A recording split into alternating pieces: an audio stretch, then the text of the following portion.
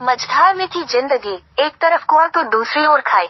Hotel के कमरे में घुसे कमांडो, 12 भारतीयों का यूं हुआ फैसला। पनामा के एक होटल में मौजूद 12 भारतीयों को ये समझ में नहीं आ रहा था कि अब उनकी जिंदगी का क्या होगा। इसी बीच होटल के कमरे में कमांडो दाखिल होते हैं और इन सभी 12 भारतीयों को हिरासत में ले लिया जाता है। क्या है पूरा मामला, फॉलो अस। 12 भारतीय नौजवानों की जिंदगी अजीब मझधार में फंसी हुई थी। उनके एक तरफ कुआं था तो दूसरी तरफ खाई थी। अब समझ से यह परे हो रहा था कि आखिर जाए तो जाए कहाँ। इसी अधेड़बुन के बीच होटल के कमरे में एक दस्तक हुई और दरवाजा खुलते ही कमांडो धड़धड़ाते हुए अंदर आ गए। कोई कुछ समझ पाता, इससे पहले उन्हें हिरासत में ले लिया गया। इन भारतीय नौजवानों की जिंदगी का कमांडो पहले ही फैसला ले चुके थे। फैसले के तहत कुछ घंटों के इंतजार के बाद इन सभी को एक फ्लाइट पर बैठा दिया गया। टर्किश एयरलाइंस की यह फ्लाइट पहले इस्तांबुल में लैंड हुई और फिर वहां से दिल्ली के लिए रवाना हो गई। भारतीय सरजमी पर लैंड होने के बाद इन 12 नौजवानों की जान में जान आई। दरअसल यह 12 नौजवान वही हैं जिन्हें अमेरिकी सुरक्षा एजेंसियों ने अवैध तरीके से अमेरिकी सीमा पार करते हुए पकड़ा था। अवैध तरीके से अमेरिका में घुसने की कोशिश कर रहे इन नौजवानों को तत्काल पनामा के लिए डिपोर्ट कर दिया गया था।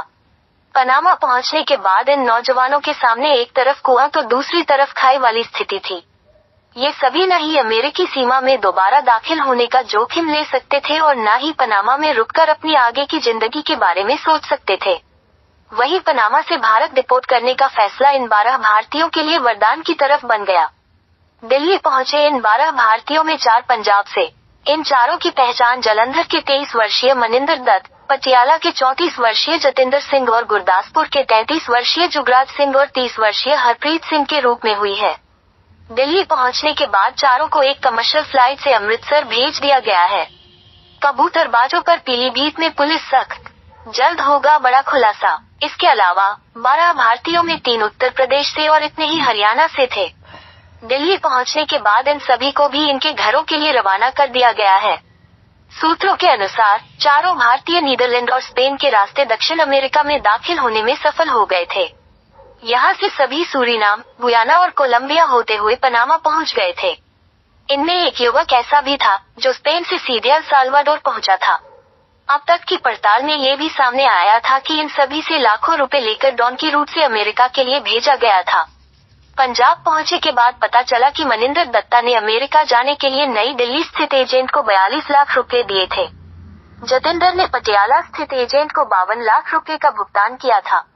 वहीं जुगराज सिंह और हरप्रीत सिंह ने बटाला स्थित एजेंट को 38 लाख रुपए का भुगतान किया।